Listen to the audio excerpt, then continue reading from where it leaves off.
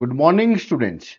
Welcome to our channel Current Affair Updated. This is Debashish Awasthi और आज आपको पता है डेट है 17 अप्रैल।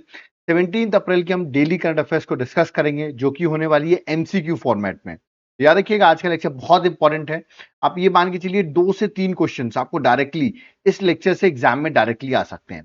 तो लेक्चर को एंड तक जरूर देखिएगा क्योंकि एग्जाम पर्सपेक्टिव से मोस्ट इंपॉर्टेंट लेक्चर है ये। ठीक है, चलिए लेक्चर को स्टार्ट करते हैं बट उससे पहले मैं आपसे रिक्वेस्ट करूंगा वीडियो को लाइक जरूर करिए जिसमें मैं आपके लिए डेली ही ऐसे करंट अफेयर्स के वीडियोस बनाता रहूं। ओके, तो let's start 17 April daily current affairs. Okay, देखिए स्टार्ट करने से पहले मैं आपको अपनी एक बुकलेट के बारे में बताना चाहता हूं, that is 10 month current affairs. ये बुकलेट आप देखेंगे जुलाई से लेके अप्रैल तक की सारी करंट अफेयर्स, मतलब पिछले 10 मंथ्स की करंट अफेयर्स आपको प्रोवाइड करेंगे जो कि होगी एमसीक्यू फॉर्मेट में, क्योंकि एग्जाम में आपको पता होगा एमसीक्यू फॉर्म में क्वेश्चंस आते हैं। तो इसलिए हम आपको एमसीक्यू फॉर्मेट में बुकलेट देंगे जहां पर आपको एक्सप्लेनेशन दिया रहेगा, डायग्राम्स बने होंगे और ऐसे टोटल 1800 क्वेश्चंस होंगे। अगर आपने इन 1800 क्वेश्चंस को सॉल्व कर लिया, याद रखिएगा, तो एग्जाम में आपको कोई भी दिक्कत नहीं आएगी।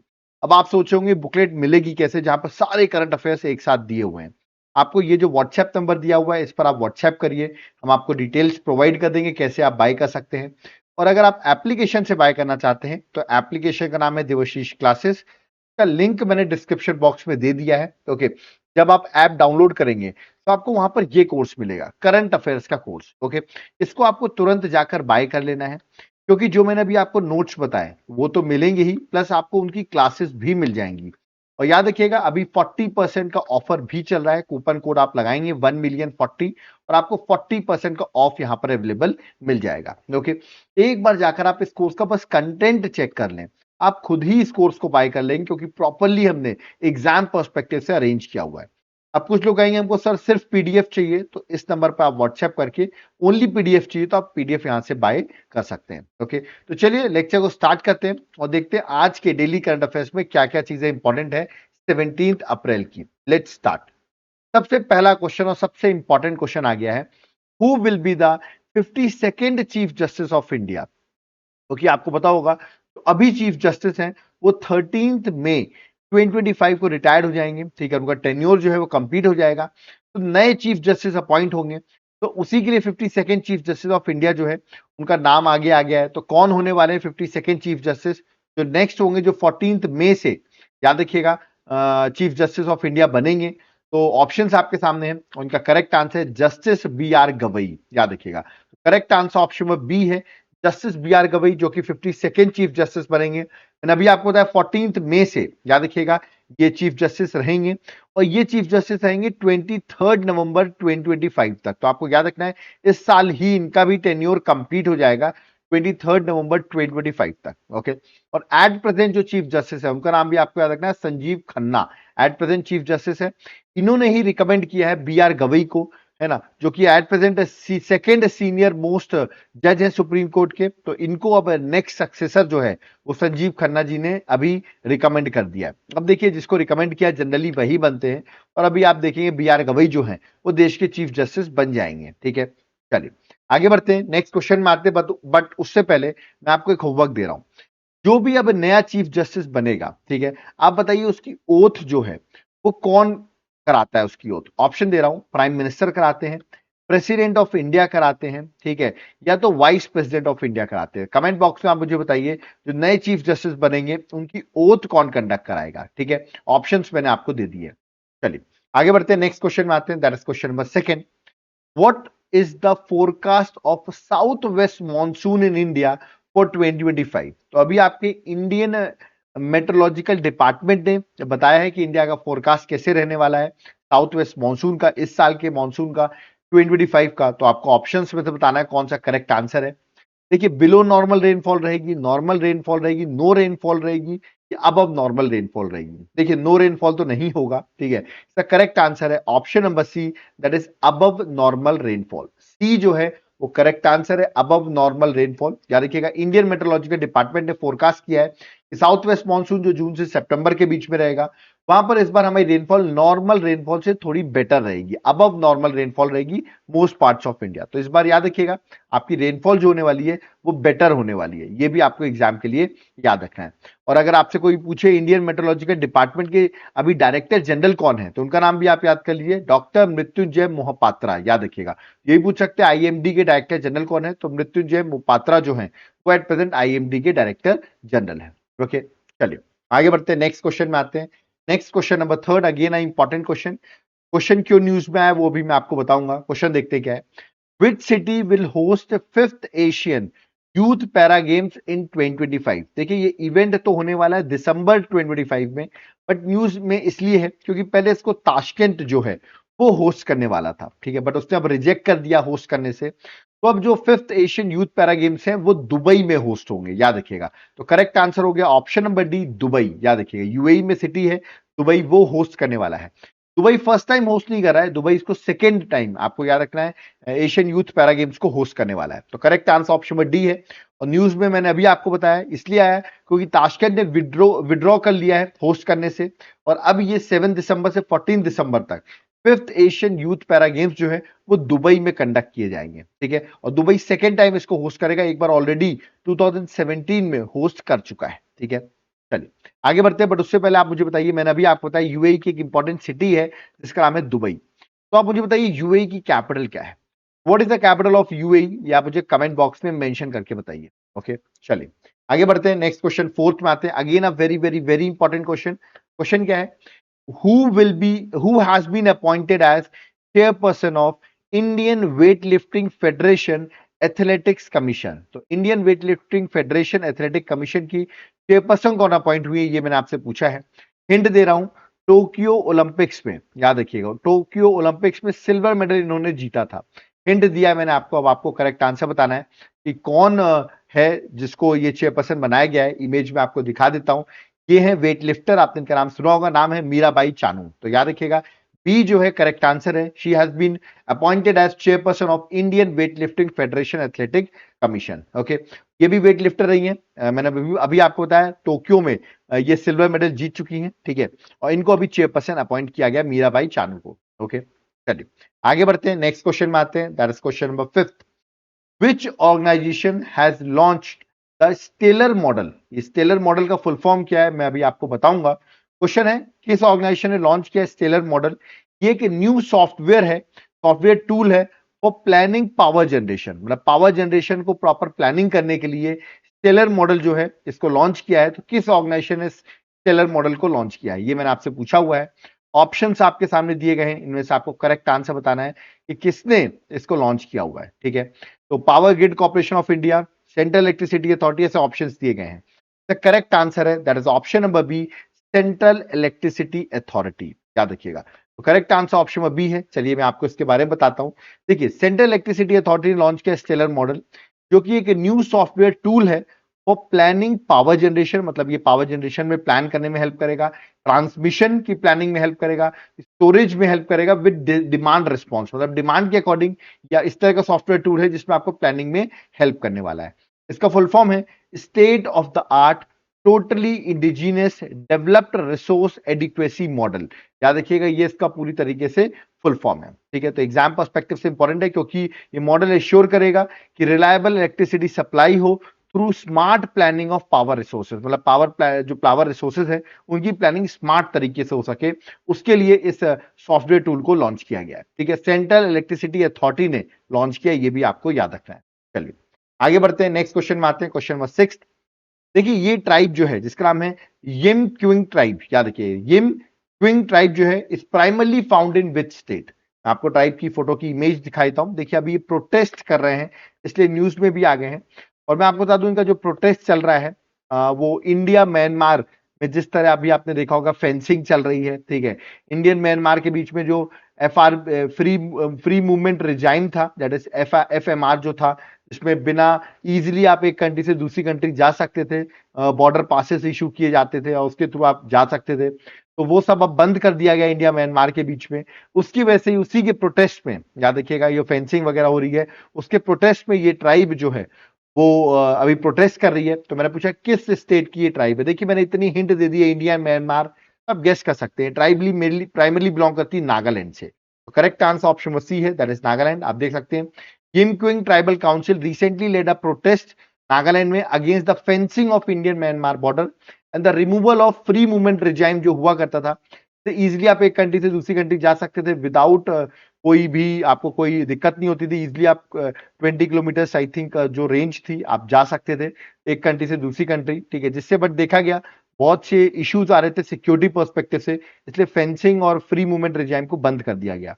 तो इसीलिए ये इनके क्योंकि इंटरनेशनल बॉर्डर जो है ये ट्राइब है, कुछ लोग म्यांमार में रहते हैं, कुछ लोग इंडिया में रहते हैं, ठीक है। तो फैमिली सेपरेट हो जाती है, इसलिए इनका मूवमेंट रहता है। तो ये इसलिए प्रोटेस्ट कर रहे हैं, ठीक है। आप मुझे बताइए नागालैंड के जो सीएम है उनका नाम क्या है? Who is the CM of Nagaland? ये आप मुझे कमेंट बॉक्स में मेंशन करके बताएंगे। ओके, चलिए नेक्स्ट क्वेश्चन नंबर 7 में आते हैं। Which organisation releases the global financial stability report? Global financial stability report जो है वो कौन सी ऑर्गेनाइजेशन जो है वो रिलीज कर रही है, ये मैंने आपसे पूछा हुआ है। देखिए ऑप्शन दिए हुए हैं क्योंकि अभी रिसेंटली इसके बारे में ऑर्गेनाइजेशन ने कुछ बताया है ग्लोबल फाइनेंशियल स्टेबिलिटी रिपोर्ट के बारे में। याद रखिए इसको पब्लिश करता है आईएमएफ, इंटरनेशनल मॉनेटरी फंड जो है वो ग्लोबल फाइनेंशियल स्टेबिलिटी रिपोर्ट को पब्लिश करता है। तो correct answer option number D है, ठीक है।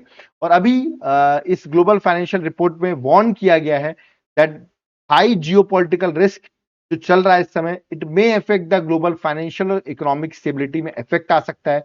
जिस तरह इन्होंने थ्रेट्स हाईलाइट किए हैं, साइबर अटैक्स हैं, कॉन्फ्लिक्ट्स हो रहे हैं, है ना, ग्लोबल सप्लाई चेन में डिस्ट्रप्शन हो रहा है, ये सब इंपैक्ट कर सकता है, ठीक है। और ये रिपोर्ट में बता दूं साल में 2 बार पब्लिश की जाती है, एक बार अप्रैल में पब्लिश करते हैं और दूसरा अक्टूबर के टाइम पर पब्लिश की जाती है, ठीक है। इसमें ग्लोबल फाइनेंशियल सिस्टम और मार्केट के बारे में, ठीक है, सारी चीजें आपको पता चलती हैं। तो इसमें ये चीज बताई गई है। तो डायरेक्टली क्वेश्चन आएगा कि रिपोर्ट जो है ग्लोबल फाइनेंशियल स्टेबिलिटी रिपोर्ट कौन पब्लिश करता है? तो आंसर आपको लगाना है आईएमएफ। ओके, चलिए आगे बढ़ने से पहले आप मुझे बताइए आईएमएफ जो है इसका हेडक्वार्टर कहां पर है? आईएमएफ का हेडक्वार्टर आप मुझे कमेंट बॉक्स में मेंशन करके बताएंगे। ओके, चलिए next question number 8। Recently Saurabh Chaudhary won the bronze medal in the 10-meter air pistol at ISSF World Cup 2025. This event is held in which country? ये मैंने आपसे क्वेश्चन पूछा हुआ है, ठीक है। आप यहां देख सकते हैं कि ये इवेंट कहां हो रहा है। देखिए इसका फेज 2 चल रहा है। फेज 1 तो ऑलरेडी कंप्लीट हो चुका है। मैं आपको बता दूं आईएसएसएफ वर्ल्ड कप जो फेज 1 चला था वो अर्जेंटीना की कैपिटल ब्यूनो एरिस में हुआ, ठीक है। अब इसका फेज 2 जो है वो चालू हो गया है। वहीं पर सौरभ चौधरी ने ब्रॉन्ज मेडल जीता है 10 मीटर एयर पिस्टल में। ये उनकी इमेज है और इन्होंने जीता है, याद रखिएगा, लीमा में, जो कि कैपिटल है पेरू की। पेरू कंट्री, उसकी कैपिटल है लीमा, वहां पर इवेंट चल रहा है। तो करेक्ट आंसर ऑप्शन में ए है, दैट इज लीमा पेरू, ठीक है। तो उन्होंने यहां पर याद रखिए ब्रॉन्ज मेडल जीता है, ठीक है। देखिए मैं आपको बता देता हूं, ये देख सकते हैं ये पूरे इवेंट की डेट अभी 1 से 11 अप्रैल तक ये फर्स्ट फेज जो है वो Buenos that is Argentina में हुआ। सेकेंड फेज 22 अप्रैल तक चलेगा, लीमा जो पेरू की कैपिटल है वहां पे चलेगा। ऐसे करके आप देख सकते हैं 3rd, 4th, 5th, 6th होगा। सेवेंथ इवेंट अलग अलग जगह होंगे। फाइनल जो है फाइनली दोहा में होगा, दिसंबर में कंप्लीट होगा, ठीक है। तो इसलिए बार बार न्यूज में आएगा, आपको याद रखना है, ठीक है। चलिए आगे बढ़ते हैं, नेक्स्ट क्वेश्चन में 9th में आते हैं। बड़ा ही इंटरेस्टिंग सा क्वेश्चन है। Indian railway has launch its first ATM on the train. Train में एटीएम लॉन्च कर दिया है ऑन द पंचवटी एक्सप्रेस। अब मैंने पूछा पंचवटी एक्सप्रेस जो है कहां से कहां चलती है? ठीक है, आजकल एटीएम तो वैसे भी लोग, आपने देखा होगा, बुलडोजर वगैरह लेके लोग चोरी कर लेते हैं पैसा। अब सरकार ने ट्रेन में लगा दिया है। अब देखिए ट्रेन में क्या होता है, सिक्योरिटी इसकी कैसी रहती है, ये तो वक्त बताएगा। बट इंडियन रेलवे ने पहला एटीएम ट्रेन में इंट्रोड्यूस किया है जिसमें लोगों को पैसे निकालने में दिक्कतें ना हो। तो पंचवटी एक्सप्रेस में इंट्रोड्यूस किया गया। पंचवटी एक्सप्रेस में बता दूं आप, मुंबई से मनमाड चलती है। मनमाड बता दूं नासिक डिस्ट्रिक्ट में है, महाराष्ट्र में है। मुंबई से मनमाड के बीच में ये पंचवटी एक्सप्रेस है, जहां पे फर्स्ट एटीएम है जो ट्रेन में लॉन्च किया गया है। करेक्ट आंसर ऑप्शन में बी है, that is Mumbai and Manmad. Okay, तो ये आपको एग्जाम पर्सपेक्टिव से याद रखना है। फिर आगे चल के रेलवे आगे भी मेजर ट्रेन में ये एटीएम सर्विसेज प्रोवाइड करने वाली है, ठीक है। चलिए आगे बढ़ते हैं, नेक्स्ट क्वेश्चन में 10th में आते हैं। Recently which team von 15th hockey Indian senior mains national championship trophy 2025? तो मैंने आपसे पूछा है 15th hockey Indian senior men national championship trophy 2025 किसने जीती है? मैं बता दूं ये ट्रॉफी जो चैंपियनशिप जो चल रही थी, इसका फाइनल मैच झांसी में खेला गया। झांसी आप सबको पता होगा उत्तर प्रदेश में है, ठीक है। तो उत्तर प्रदेश में हुआ। तो मैंने आपसे पूछा है यहाँ पर ये इवेंट जो है वो किसने जीता है? देखिए यहाँ पे जो रनर अप रहा है वो रहा है मध्य प्रदेश। और जीता है इसको पंजाब ने। That is option number D जो है करेक्ट आंसर है, पंजाब ने जीता है। याद रखना आपको, पंजाब ने 15th hockey Indian senior men national championship trophy जीत ली है और फाइनल में इन्होंने हराया है मध्य प्रदेश को, 4-1 से फाइनल हराया है, जो कि major Dhyanchand hockey stadium Jhansi Uttar Pradesh में कंडक्ट किया गया इवेंट। ओके, तो ये आपको एग्जाम पर्सपेक्टिव से याद रखना है, ठीक है। और ब्रॉन्ज मेडल उत्तर प्रदेश को मिला है, मतलब जहां पे हो रहा था उत्तर प्रदेश में वो ब्रॉन्ज मेडल मिला है, ठीक है। नेक्स्ट क्वेश्चन नंबर 11, बड़ा इंटरेस्टिंग क्वेश्चन है recently which state set up Kurian Joseph committee to review centre state relation. याद रखिएगा, सेंटर स्टेट रिलेशंस को, ठीक है, रिव्यू करने के लिए कुरेन जोसेफ कमिटी जो है सेटअप की गई है। मैं बता दूं, कुरेन जोसेफ देश के फॉर्मर सुप्रीम कोर्ट के जज रह चुके हैं, ठीक है, जज रह चुके हैं सुप्रीम कोर्ट के। उनकी अध्यक्षता में कुरेन जोसेफ कमिटी स्टैब्लिश की है। तो किस स्टेट गवर्नमेंट है ये कमिटी स्टैब्लिश किए हुए to review the centre state relation? इसका करेक्ट आंसर है दैट इज तमिलनाडु। तो तमिलनाडु ने स्टैब्लिश की है। एमके स्टालिन आपको पता होगा ये वहां के सीएम है, तो इन्होंने स्टैब्लिश की है और सुप्रीम कोर्ट के ये जज रह चुके हैं, जस्टिस कुरेन जोसेफ, ओके, फॉर्मर जज रह चुके हैं। ये रिव्यू करेंगे सेंटर स्टेट रिलेशंस को। देखिए, इससे पहले भी मैं आपको बताऊं, जब करुणानिधि सीएम थे तमिलनाडु के, ओके, फॉर्मर चीफ मिनिस्टर रह चुके हैं, तो इन्होंने भी 1969 में एक ऐसी ही कमिटी सेटअप की थी। उस कमिटी का नाम था पीवी राजमन्नार कमेटी, आपने शायद सुनी होगी। फॉर्मर चीफ जस्टिस रहे थे मद्रास हाई कोर्ट के, ओके, उनकी अध्यक्षता में कमेटी सेटअप की गई थी। तो अभी वापस ये 3 मेंबर कमेटी जो सेटअप की गई, जिसके हेड जो हैं वो फॉर्मर सुप्रीम कोर्ट जज हैं, जिनका नाम है जस्टिस कुरेन जोसेफ, ओके। और सेंटर स्टेट रिलेशंस को रिव्यू करने के लिए ये कमेटी सेटअप की है तमिलनाडु ने, ठीक है। एमके स्टालिन यहाँ के सीएम है। आप मुझे यहाँ के गवर्नर बताइए, बहुत न्यूज में है यहाँ के गवर्नर, ठीक है, अभी सुप्रीम कोर्ट ने इनको डाटा भी है बहुत कुछ। तो बताइए तमिलनाडु के गवर्नर कौन है? ओके, चलिए नेक्स्ट क्वेश्चन नंबर 12 में आते हैं। Again a very important question है, according to NITI Aayog what is the rank of India in automobile producer in the world? Automobile producer में इंडिया की रैंक क्या है, ये मैंने आपसे पूछा हुआ है, ठीक है। ऑप्शंस आपके सामने दिए गए हैं, नीति आयोग ने पब्लिश की है और इसमें इंडिया की जो रैंक है that is option number A, 4th rank है। याद रखना है, ए जो है करेक्ट आंसर है, 4th रैंक है और 4th लार्जेस्ट ऑटोमोबाइल प्रोड्यूसर है वर्ल्ड में after China, USA and Japan. तो इंडिया जो है 4th लार्जेस्ट है। अभी रिसेंटली नीति आयोग ने automotive industry powering Indian participation in global value chain report publish की है, वहां पर यह बात बताई गई India the 4th largest automobile producer, okay. और इस रिपोर्ट को पब्लिश किया है, रिलीज किया है सुमन बेरी, जो कि आपको पता होगा नीति आयोग के वाइस चेयरमैन है। न्यू दिल्ली में इसको प्रेजेंट किया गया है, ओके। चलिए नेक्स्ट क्वेश्चन नंबर 13 पे आते हैं। Who won the freestyle chess Grand Slam 2025 in Paris? तो पेरिस में free style chess grand slam 2025 हुआ है। मैंने आपसे पूछा है free style chess grand slam किसने जीता है? ऑप्शंस आपके सामने हैं, मैं हिंट दे रहा हूं। नॉर्वे के पर्सन है जिन्होंने इस इवेंट को जीता है, ठीक है। इनका नाम है, इमेज में आपको दिखाई देता हूं, यस, इनका नाम है मैग्नस कार्लसन। बहुत फेमस है चेस की, आपने इनका नाम बहुत बार सुना होगा। तो सी जो है करेक्ट आंसर है, मैग्नस कार्लसन, जो कि नॉर्वे से बिलोंग करते हैं। इन्होंने free style chess grand slam 2025 जो पेरिस में हुआ है वो इन्होंने इवेंट को जीता है, okay. Next question number 14, which waterway is designated as national waterway 1? अब आप सोचोगे नेशनल वाटरवे 1 के बारे में मैंने क्यों पूछा हुआ है, ये अभी मैं आपको समझाऊंगा। पहले आप बताइए नेशनल वाटरवे 1 कौन सा है इनमें से? ब्रह्मपुत्रा रिवर पर, वेस्ट कोस्ट कैनाल पे, बट इसका करेक्ट आंसर है option number C, Ganga Bhagirathi Hooghly river system. याद रखिएगा, सी जो है करेक्ट आंसर है, नेशनल वाटरवे 1 इस पे है, ठीक है। इसके बारे में आपको बता देता हूं, देखिए न्यूज में इसलिए है क्योंकि इंडिया का नेशनल वाटरवे 1 जो है उसने रिकॉर्ड कार्गो ट्रैफिक अचीव कर लिया है और वो है नेशनल वाटरवे 1, करीबन 145.5 million ton in financial year 2024-2025 achieve करने वाला बना है नेशनल वाटरवे 1। इसलिए न्यूज में है, इसलिए मैंने आपसे क्वेश्चन डायरेक्टली यहां पर पूछा है। देखिए मैंने बहुत सारे नेशनल वाटरवेज यहां पर मेंशन कर रखे हैं, आपके पढ़ने के लिए, आपके टाइम हो तो आप जरूर रीड आउट कर सकते हैं, बट नेशनल वाटरवे आपको 1 जो है वो जरूर याद रखना, वो एग्जाम पर्सपेक्टिव से बहुत ज्यादा इंपॉर्टेंट है। आप देख सकते हैं वाटरवे जो यूपी में है, फर्स्ट जो है बिहार में है, झारखंड में है और देन वेस्ट बंगाल में। तो करीबन 4 स्टेट्स में आप नेशनल वाटरवे 1 को देख सकते हो। सबसे ज्यादा कार्गो ट्रैफिक इसी ने हैंडल किया इस साल, ओके। चलिए नेक्स्ट क्वेश्चन 15 में आते हैं। On which date world haemophilia day 2025 is celebrated? देखिए हीमोफीलिया क्या होता है ये अभी मैं आपको बताऊंगा। 2025 वर्ल्ड हीमोफीलिया डे 2025 जो है वो सेलिब्रेट कब किया जा रहा है, ये मैंने आपसे पूछा हुआ है। ऑप्शंस आपके सामने दिए गए हैं और आज डेट आप सबको पता है, आज डेट क्या है, 17 अप्रैल। 17 अप्रैल को ही हम वर्ल्ड हीमोफीलिया डे जो है वो सेलिब्रेट करते हैं, ठीक है। और मैं आपको बता दूं वो हीमोफीलिया क्या है, एक मेडिकल कंडीशन है जहां पर आप देखते हैं जो ब्लड आपका, जैसे आपको चोट लगती है तो ब्लड में क्लॉटिंग हो जाती है कि नहीं, ब्लड फ्लो होना, ब्लड बाहर निकलना बंद हो जाता है क्लॉटिंग की वजह से।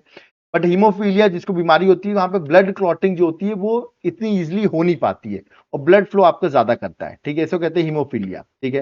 तो इसी की अवेयरनेस के लिए 17 अप्रैल को वर्ल्ड हीमोफीलिया डे जो है वो सेलिब्रेट करते हैं। इस बार की थीम थी access for all, women's and girls bleed too, याद रखिए वो इस बार की थीम थी वर्ल्ड हीमोफीलिया डे 2025 की। ओके, तो ये थे 15 क्वेश्चंस जो एग्जाम पर्सपेक्टिव से इंपॉर्टेंट है आपके 17 अप्रैल के लिए। आप सोचोगे क्या 17 अप्रैल को पढ़ने से एग्जाम निकल जाएगा? देखो 15 क्वेश्चन से तो एग्जाम नहीं निकलता, बट हाँ अगर आपने ये 1800 क्वेश्चंस कर लिए तो एग्जाम जरूर निकल जाएगा। आप सोचोगे 1800 क्वेश्चंस कहां से कहां तक हैं? जुलाई 2024 से लेके अप्रैल 2025 तक के सारे करंट अफेयर्स, करीबन 1800 एमसीक्यूज एक सिंगल जगह में प्रोवाइड कर रहा हूं। 10 मंथ की यहाँ पर करंट अफेयर्स रहेगी, जहां पर आपको एमसीक्यूज रहेंगे, डायग्राम्स रहेगा, एक्सप्लेनेशन रहेगा। और अगर आपने ये 1800 एमसीक्यू सॉल्व कर लिए तो एग्जाम डन मानो, आपको क्रैक है, क्योंकि आपने यहाँ पर हर चीजें हमने एमसीक्यू में कवर कर दी है। आप सोचोगे बुकलेट मिल के सकती, प्रैक्टिस करनी है हमको, तो नीचे आपको मेरा व्हाट्सएप नंबर दिख रहा होगा, इस पर आप व्हाट्सएप करिए, आपको डिटेल्स प्रोवाइड कर देंगे कैसे आप बाय कर सकते हो। और अगर आप एप्लीकेशन से बाय करना चाहते हो तो एप्लीकेशन का नाम है देवाशीष क्लासेस, का लिंक मैंने डिस्क्रिप्शन बॉक्स में दे दिया है। जब आप ऐप डाउनलोड करोगे तो आपको वहां पर ये कोर्स मिलेगा, करंट अफेयर्स का कोर्स। यहाँ पर जो मैंने अभी आपको नोट्स बताए हैं वो तो मिलेंगे ही, प्लस आपको नोट्स के साथ उसकी क्लासेस मिल जाएंगी। और 40% का ऑफ भी आपको कूपन कोड अवेलेबल है, 1,000,040। इस कूपन कोड को लगाइए, 40% ऑफ भी मिलेगा। आप एक बार जाकर कंटेंट तो चेक करो, कंटेंट देखने के बाद आप लोग खुद ही इस कोर्स को बाय कर लोगे, ठीक है। और जिनको कोर्स नहीं बाय करना, सिर्फ पीडीएफ चाहिए, तो इस नंबर पर व्हाट्सएप करके आप पीडीएफ को बाय कर सकते हो। ओके, यहां पर मैं आपको एक चीज बताऊंगा, अगर आप एप्लीकेशन डाउनलोड करते हो देवाशीष क्लासेस, तो आपके लिए मैंने एक ऑफर बनाया हुआ है, एक कोर्स बनाया हुआ है जिसका नाम है combo course, combo offer course. आप कहेंगे कॉम्बो ऑफर कोर्स ये क्या है? देखिए, एग्जाम को क्रैक करने के लिए तीन चीज इंपॉर्टेंट होती है। एक होता है करंट अफेयर्स, दूसरा होता है आपका स्टैटिक जीके, क्योंकि जहां पर आपको पॉलिटी, हिस्ट्री, ज्योग्राफी के इंपॉर्टेंट टॉपिक्स जो है वो मिल जाए। और फिर आपको जो सब्जेक्ट्स मैंने बताए, पॉलिटी, ज्योग्राफी, हिस्ट्री, इन सबके एमसीक्यू प्रैक्टिस मिल जाए, इसमें करंट अफेयर्स के भी एमसीक्यूज हों। ये तीनों चीज अगर आपको मिल जाती है तो आपका एग्जाम में जनरल स्टडीज पूरी तरीके से आपका सॉल्व हो जाता है। आप सोचोगे ये तीनों चीजें एक साथ मिल सकती हैं क्या? बिल्कुल मिल सकती हैं। एप्लीकेशन में कॉम्बो ऑफर कोर्स है, इस कोर्स में आपको हर चीजें अवेलेबल हो जाएंगी। और एग्जाम पर्सपेक्टिव से हमने प्रॉपरली न्यूली कोर्स बनाया हुआ है, आप देखिए बहुत इंपॉर्टेंट है आपके एग्जाम के लिए, ठीक है। तो आप इस कोर्स को बाय कर सकते हैं एप्लीकेशन में जाकर, ठीक है। और अगर आपको इंडिविजुअल कोर्सेज बाय करना तो वो भी अवेलेबल है। अब किसी को जनरल स्टडीज का कोर्स बाय करना हो, जनरल स्टडीज में जहां पर आप proper polity, geography, history, economics ये सारे डिटेल में पढ़ना चाहते हैं, ठीक है, जिसमें कॉम्बो ऑफर कोर्स भी ऐड हो जाए, तो उसके लिए आप जनरल स्टडीज कोर्स बाय करिए, ठीक है, एप्लीकेशन में अवेलेबल है। और वहां पर भी आपको सारे बेनिफिट्स, सब्जेक्ट्स की डिटेल क्लासेस मेरी आपको अवेलेबल मिल जाएंगी, ठीक है। एक बार आप एप्लीकेशन जरूर डाउनलोड करें बेनिफिट्स के लिए, और आपको सिर्फ पीडीएफ चाहिए तो इस नंबर पर व्हाट्सएप करके आप पीडीएफ बाय कर सकते हैं। ओके, तो यहां पर होता है मेरा लेक्चर कंप्लीट, बट मैं जाते थे रिक्वेस्ट करूंगा वीडियो को लाइक जरूर करिए, जितना हो सके इस वीडियो को शेयर करिए, जिसमें हम आपके लिए और भी ऐसे लेक्चर्स बनाते रहें। और फर्स्ट टाइम आया हो चैनल में तो चैनल को सब्सक्राइब कर लो, जिसमें आपको हमारे और भी लेक्चर्स की डिटेल्स यहाँ पर मिलती रहे। ओके, तो अब यहाँ पर मुझे चलना होगा, कोई डाउट क्वेरी आप कमेंट बॉक्स पे कमेंट कर सकते हैं। तो थैंक यू एवरीवन, जय हिंद, जय भारत, जय जगन्नाथ।